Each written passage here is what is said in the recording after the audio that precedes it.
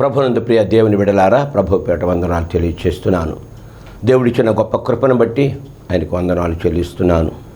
దేవుడు తన గ్రంథాన్ని మనకిచ్చాడు కనుక దివారాత్రులు దాన్ని ధ్యానించాలి. ఎప్పుడు చెప్పిన ఈ మాటలు ఆయన గురించే మాటలు, వేరే వాళ్ళ గురించి మనకెందుకు? రాజకీయం మనకెందుకు? లోకం మనకెందుకు? చూడండి, కొలస్సు రాసిన పత్రిక 3వ అధ్యాయం మొట్టమొదటిలో ఏం చెప్తున్నాడు? మీరు క్రీస్తుతో కూడా లేపబడిన వారైతే పైనున్న వాటిని వెదుకుడి.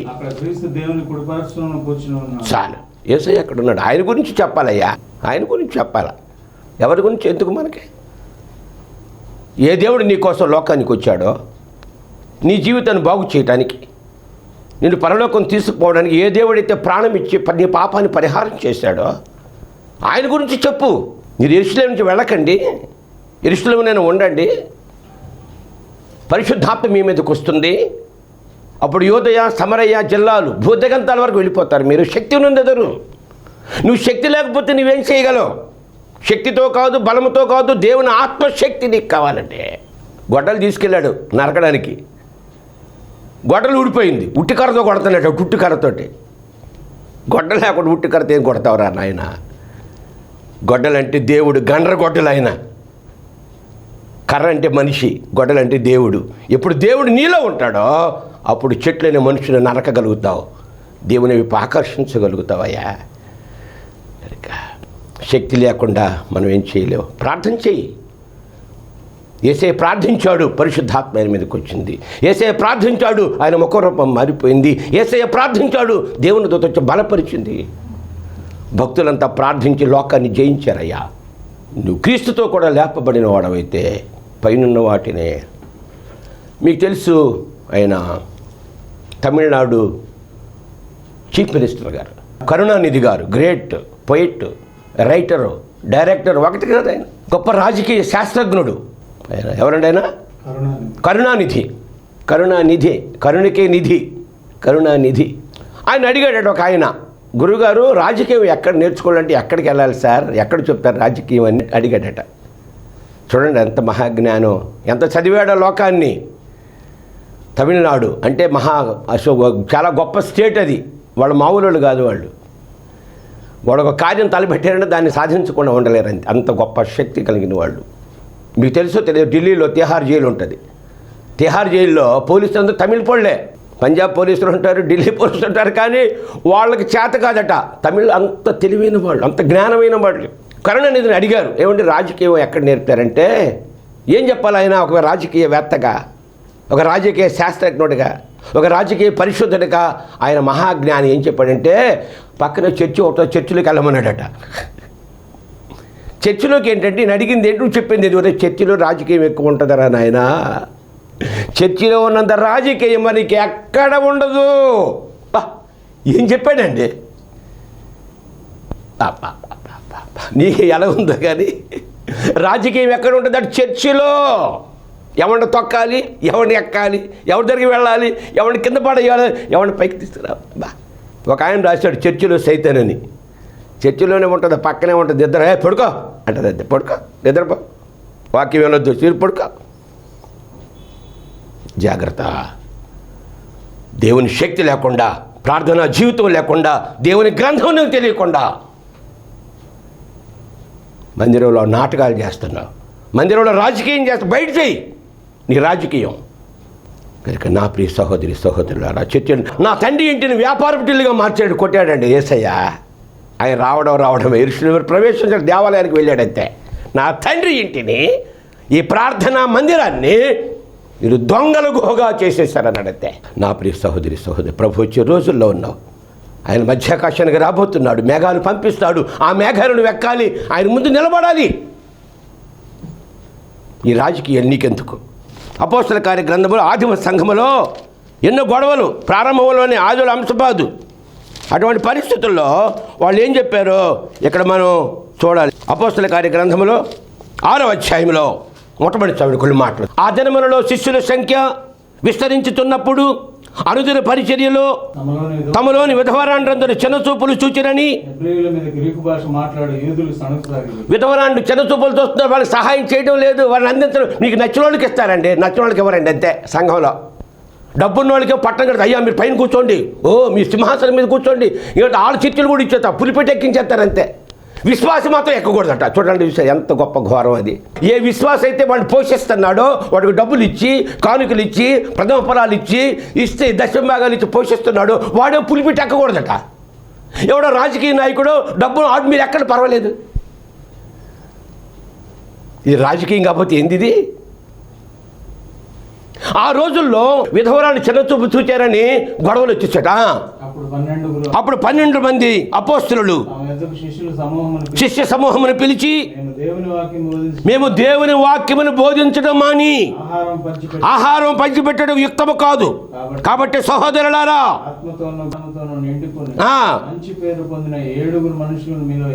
ఏర్పరచుకున్నది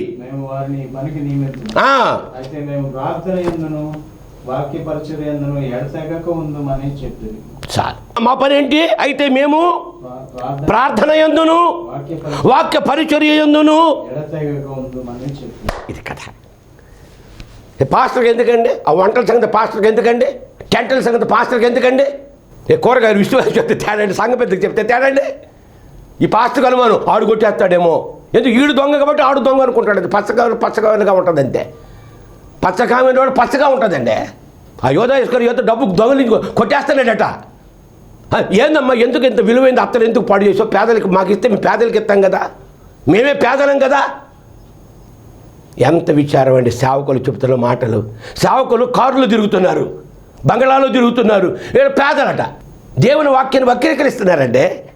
మేమైతే ప్రార్థన యందును వాక్య పరిచర్య యందును ఎడతెగక ఉందుము. నీ పని అదే, ప్రార్థన సంఘం కొరకు, సేవకుల కుటుంబాల కొరకు.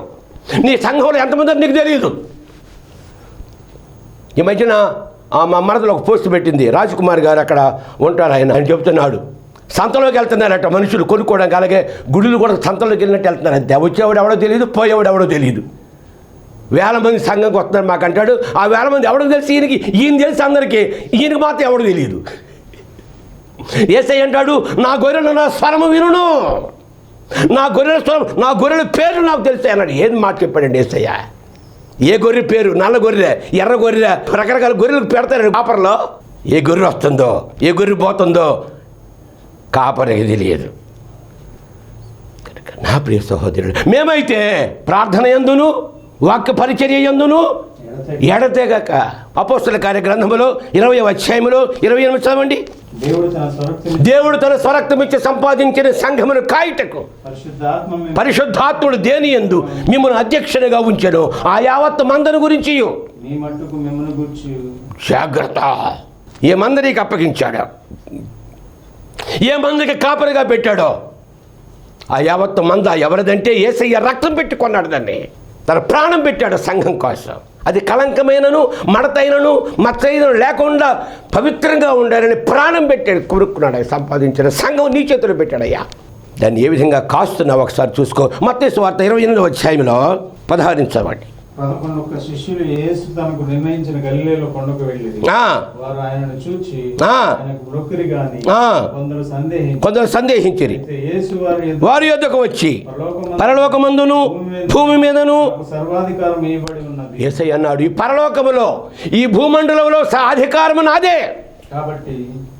కాబట్టి మీరు వెళ్ళి సమస్త జనులను శిష్యులుగా చేయుడి. తండ్రి యొక్క కుమారుని యొక్క పరిశుద్ధాత్మ యొక్క నామములోనికి వారికి బాప్తిసం ఇచ్చుచు నేను మీకు ఏ ఏ సంగతులు ఆజ్ఞాపించుతునో వాటన్నిటిని గైకొనవలెనని వారికి బోధించుడి. ఇదిగో యుగ సమాప్తి వరకు సదాకాలము మీతో కూడా ఉన్నానని. ఇది ఆయన వెళ్ళిపోతూ చెప్పిన పాఠము, శిష్యులకు అందించిన శుభవార్త, సువార్త. ఏం చెప్తున్నాడు ఇక? పరలోకమందును భూమి మీదను నాకు సర్వాధికారం ఇవ్వబడి ఉన్నది, కావున మీరు వెళ్ళి సమస్త జనులను ఏం చేయాలట? నా ప్రశ్న, ప్రియ సంఘమా, ప్రియ దేవుని బిడ్డలారా, ఏ సంఘ సేవకుడైనా ఏ బోధకుడైనా ఆయన రెవరెండే కానీ, ఆయన బిషప్పే కానీ, మోస్ట్ రెవరెండే కానీ శిష్యులు తయారు చేస్తారా? ఆ మధ్యన ఒక ఆవిడ చెప్పింది, మీరు అక్కడే ఉండాలి, మేము ఎక్కడే ఉండాలట. మీరు అక్కడే ఉండాలి, అయ్యగారు అందరూ పల్లకి ఎక్కితే మోసేవాడు ఎవడండి? అబ్బా, మోసేవాడు ఎవడండి? అందరూ సేవకులు అయిపోతే ఎలాగండి? ఈ కానుకలు ఇచ్చేవాడు ఎవడండి? మాకు చికెన్ మటలు పెట్టేవాడు ఎవడండి? అంటే నీ చికెన్ మటలు కాడాలా, అక్కడే ఉండాలా? మీరు వెళ్ళి సమస్త జనులను శిష్యులంటే విశ్వాస ఏంటంటే శిష్యుడంటే విశ్వాస ఏంది? విశ్వాసగా చేయమని చెప్పలేదండి యేసయ్య. ఏం చేయమని చెప్పాడు? శిష్యులుగా చెయ్యి. ఎవరు చేస్తున్నది ఇవాళ రేపు? ఆయన తర్వాత వాళ్ళ ఆవిడ తర్వాత ఆ కొడుకు, ఆవిడ కొడుకు తర్వాత మోడలు, వాడప్పుడు కొడుకు మళ్ళీ మనవడిని తయారు చేస్తాడు, మనవడాలను తయారు చేస్తాడు. ఇక వేరే వాడికి అవకాశం లేదు. ఇక అసమర్థులను పీట మీద ఎక్కిస్తున్నావు, జాగ్రత్త. ఏలి, నీ బిడ్డలు దుర్మార్గులు అయిపోయారు, వాడిని పీఠం మీద ఎక్కిస్తున్నావు, జాగ్రత్త. నువ్వు పోతావు, నీ కొడుకులు పోతారని చెప్పాడు ప్రవక్త. అలాగే పోయారైతే జాగ్రత్త. మోషే అన్నాడు, అయ్యా ఈ జనుడు ప్రభువా, వీళ్ళకి మంచి కాపరి కావాలి, నా వయసు అయిపోయింది, నేను వెళ్ళిపోతున్నాను, నాకు ఇద్దరు కొడుకులు ఉన్నారు కానీ వాళ్ళకి పెట్టడం లేదు నాయనా, నీకు ఎవరు నచ్చారో వీరిని ఎవరిని సమర్థంగా అతన్ని చూసుకో, తయారు చేయి, ఏర్పాటు చేయమన్నాడు. దేవుడు అన్నాడు, పక్కన యెహోషువ మీద చెయ్యరా బాబు అన్నాడు.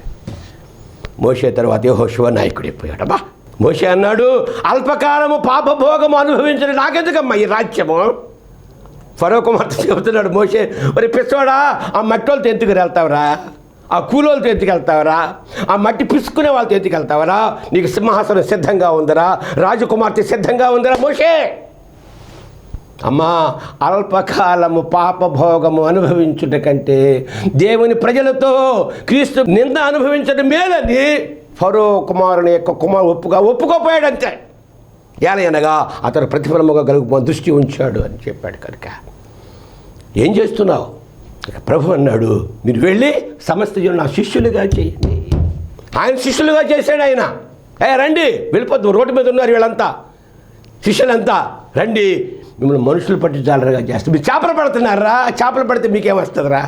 మిమ్మల్ని మనుషులు పట్టు జాలరగా నేను చేస్తానని యేసయ్య శిష్యుడిగా చేసి తనకి అధికారం ఉందో అధికారాలన్నీ వాళ్ళకి ఇచ్చేసాడు. అబ్బా, ఎంత గొప్ప దేవుడండి యేసయ్య. మీరు అక్కడే ఉండాలి, నేను ఇక్కడే ఉండాలి అన్న ఆయన మీకోసం వచ్చానయ్యా.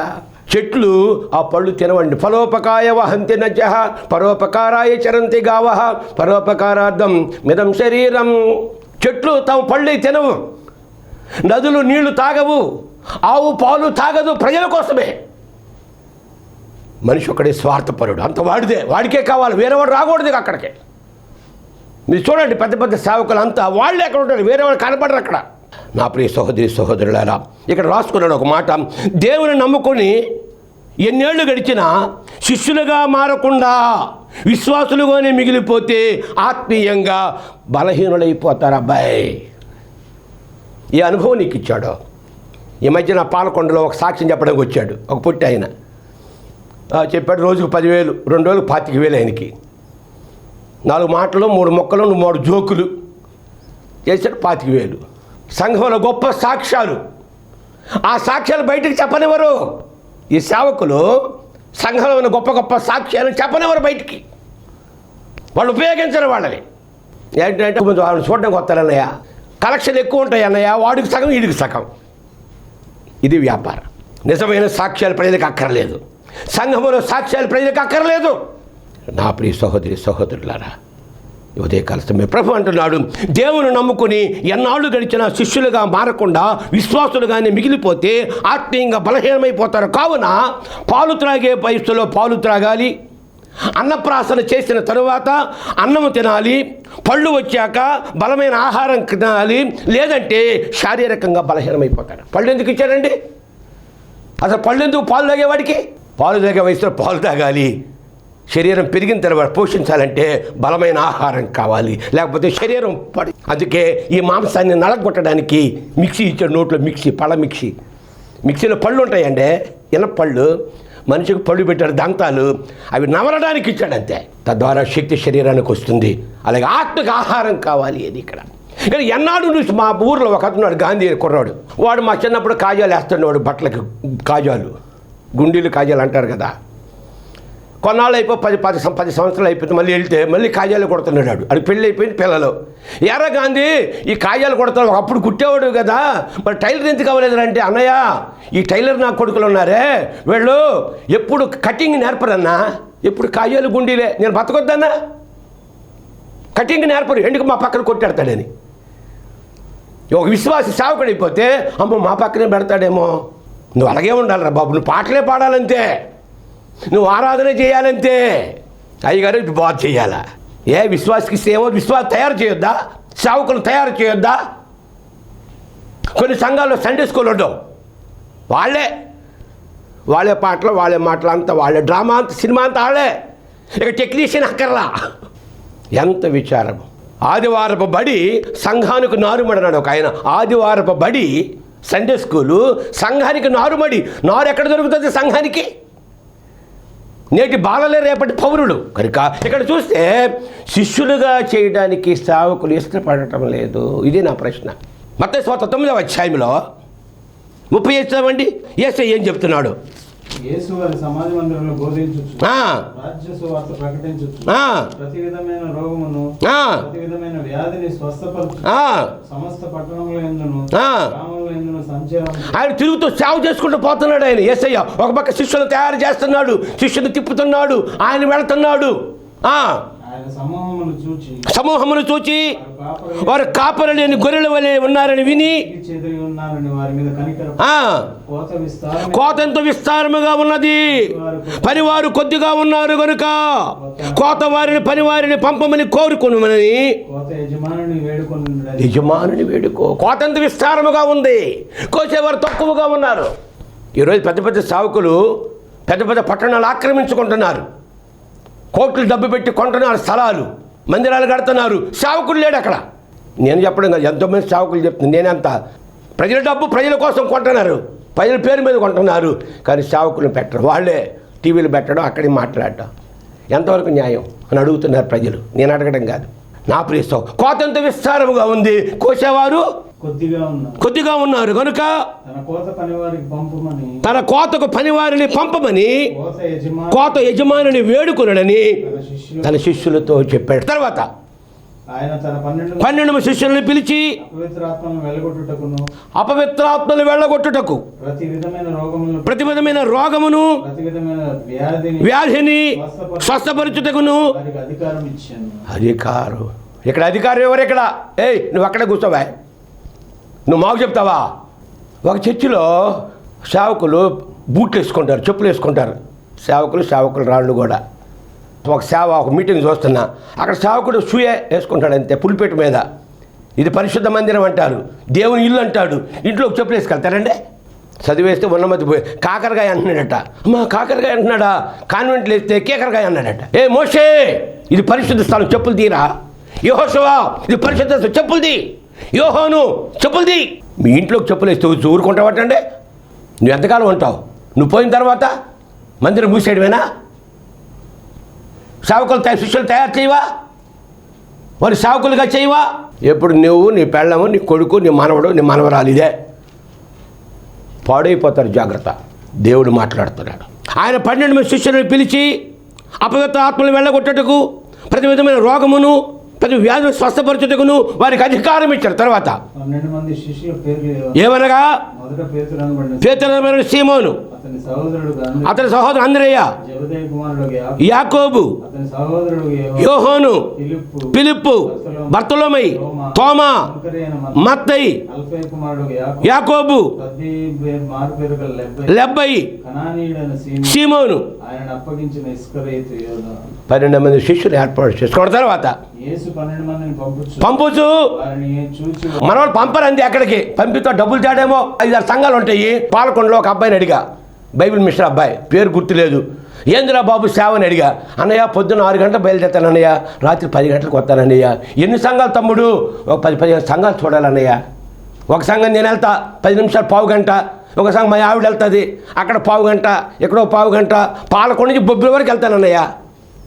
ఇదేంటి నాకు అర్థం కావట్లా. ఏం చెప్తావు పావు గంటల వాళ్ళకి? ఒక ఇల్లుంటే ఒక సంఘం, 10 ఇల్లుంటే బిషప్. ఒక ఆయన అడిగాడు, అన్న నేను బిషప్ అవ్వాలని అన్నాడు. బిషప్ అయితే ఏంద్ర బాబు అన్న, ఇంకా బాగా చేస్తాను, ఇప్పుడు చేయట్లేదు అన్నాడు. బిషప్ అంటే తెలుసా? షటప్ ప్రభావం అని చెప్పా.